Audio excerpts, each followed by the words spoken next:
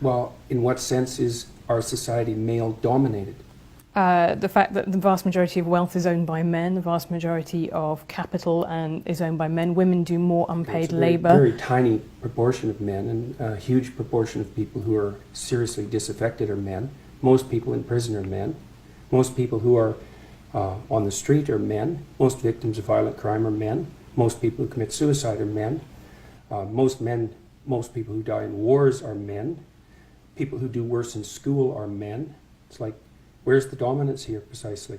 What you're doing is you're taking a tiny substrata of hyper-successful men and using that to represent the entire structure of Western society. There's nothing about that that's vaguely appropriate. But I could say equally well that most rape victims are women. You know, terrible things happen to people of both sexes. And you could say that with perfect utility, but that doesn't provide any evidence for the existence of a male-dominated patriarchy. Well, it just means that terrible things happen to both genders, which they certainly do. But there are almost no women who rape men, for example. So that is an asymmetry there in sexual violence. Well, yes, there's an asymmetry in all sorts of places, but that doesn't mean that Western culture is a male-dominated patriarchy. The fact that there are asymmetries has nothing to do with your basic argument.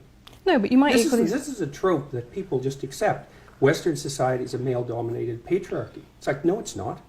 That's not true. And even if it has a patriarchal structure to some degree, the fundamental basis of that structure is not power, it's competence. That's why our society works.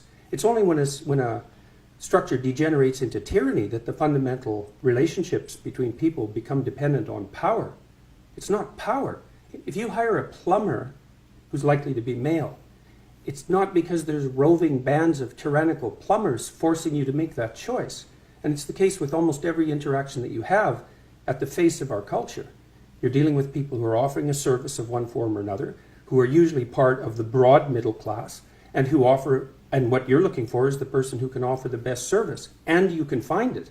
It's not a consequence of being dominated by anything that's tyrannical. And then again, our culture, our Western culture, which is by no means perfect, and certainly has tyrannical elements like all cultures do, is the least tyrannical society that's ever been produced, and certainly the least tyrannical society that exists now.